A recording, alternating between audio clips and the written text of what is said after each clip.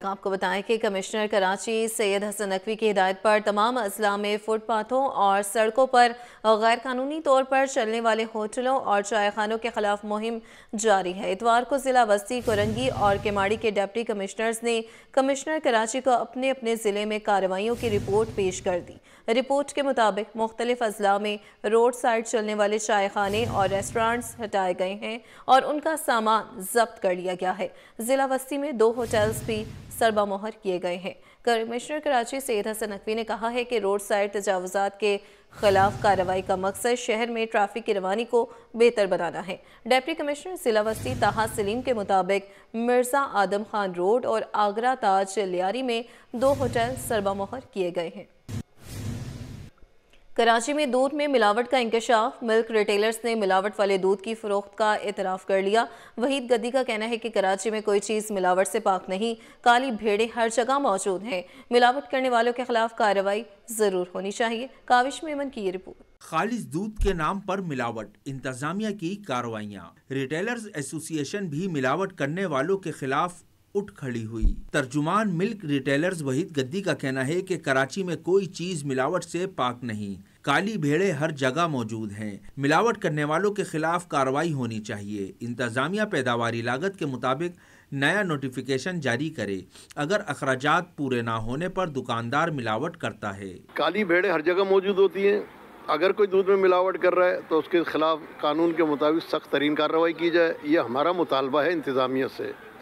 مگر انتظامیہ کو بھی سوچنا ہے کہ مسلسل ایکسرسائز کے بعد جب تمام سرکاری اداروں کی رپورٹ آ گئی ہے تو کیا وجہ ہے جو نیا فریش نوٹیفیکیشن 18 ماہ ہونے کے باوجود نہیں جاری کیا جا رہا۔ دوسری جانب شہریوں نے بھی رد عمل دیتے ہوئے کہا کہ جس کو جہاں موقع ملتا ہے وہ 2 نمبری کرتا ہے۔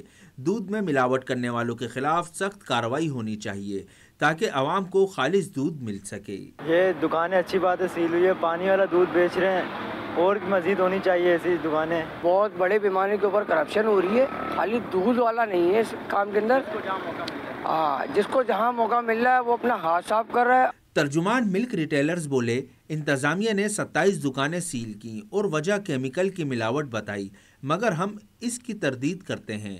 یہ سب ٹاپ کلاس دکانیں ہیں، ان پر دودھ میں کیمیکل والی بات سمجھ سے بالا ہے، تحقیقات ہونی چاہیے۔ کیمرہ مین نوید الرحمان کے ساتھ کاوش میمن، سٹی 21۔ شہر قائد میں ڈینگی بے قابو، کیسز میں اضافے نے شہریوں کی مشکلات مزید بڑھا دی۔ اسپتالوں میں ڈینگی کے مریضوں کی آمد میں اضافہ ہو گیا۔ شہریوں کا کہنا ہے کہ اگر بروقت صفائی ستھرائی کا انتظام کیا جائے تو بیماری سے بچا جا سکتا ہے۔ شہریوں کا مزید کیا کہنا تھا، آئیے جانتے ہیں۔ بہت اثرات ہو رہے ہیں، اس کے اوپر سپرے ہونی چاہیے، بہت مریض ہو رہے ہیں ڈینگی کے، لہٰذا گورنمنٹ ریکوائرڈ ہے کہ اس کو کچھ خیال کریں۔ ڈینگی کے بہت مریض آ رہے ہیں، ان کو چاہیے کہ اسپرے وغیرہ کرے، گورنمنٹ سے اپیل ہے۔ ہاسپٹلیں بنی ہوئی ہیں، بس یہ ہے کہ صفائی کا خیال رکھیں، صفائی اس طرح سے ہو نہیں رہی جس طرح ہونی چاہیے، شہر کو صاف ستھرا رکھنا چاہیے۔ مومن آباد ٹاؤن UC1 حنیف آباد اور معراج النبی کالونی میں پانی اور گیس بحران، 2 لاکھ سے زائد مکین اذیت بھری زندگی گزارنے پر مجبور ہیں۔ مکینوں نے الزام لگایا ہے کہ رہائشی علاقوں کا پانی نذرانے وصول کر کے کمرشل علاقوں کو فروخت کیا جا رہا ہے۔ رضوان احمد کی رپورٹ دیکھیے۔ شہر قائد کے باسیوں کے پانی اور گیس جیسے بنیادی مسائل سے جان نہ چھوٹ سکی۔ مومن آباد ٹاؤن یونین کمیٹی نمبر 1 کی معراج النبی کالونی اور حنیف آباد میں کئی برسوں سے قلت آب اور سوئی گیس بندش نے مکینوں کی زندگی اجیرن بنا رکھی ہے۔ پانی نہیں آ رہا یہاں پہ، اور ہے نا ہم پیسوں سے ڈلواتے ہیں، اتنے پریشان ہیں، موٹر لگاتے سب لگاتے، پانی نہیں آتا ہے تو گندا آتا ہمارے پاس، پھر صاف ہو جاتا ہے تو غائب ہو جاتا پانی، تو ہماری اتنی آمدنی بھی نہیں ہے، ہم کہاں سے پانی ڈلوائیں۔ گیس کی بہت زیادہ حالت خراب ہے یہاں پر، بالکل گیس کا اتا پتہ نہیں ہے، گیس آتی ہے چلی جاتی ہے، اکثر ہم لوگوں کو سلنڈر استعمال کرنا پڑتا ہے، بہت زیادہ پریشان ہو چکے ہیں ہم لوگ۔ علاقہ مکینوں نے الزام لگایا کہ پانی کی کمی نہیں، محکمہ پانی اور صفائی کا عملہ نذرانے لے کر رہائشی آبادیوں کا پانی کمرشل علاقوں کو فروخت کر دیتا ہے۔ چند لمحوں کے لیے جو پانی دیا جاتا ہے وہ انتہائی بدبودار اور ناقابل استعمال ہوتا ہے۔ معراج شہر کے جتنے علاقے ہیں تو ان کو فروخت کرا جاتا ہے، یہاں کا پانی ہے نا بند کر دیا جاتا ہے اور بالکل ایسا کر دیتے ہیں وہ کیچڑ کا پانی آتا ہے۔ پانی تو پریشر سے آتا ہے، بہت پریشر سے آتا ہے، لیکن گندا آتا ہے۔ یہاں کے کچھ لوگ ہیں ایسے جو پانی نہیں دینا چاہتے۔ حنیف آباد اور معراج النبی کالونی میں مزدور طبقہ آباد ہے،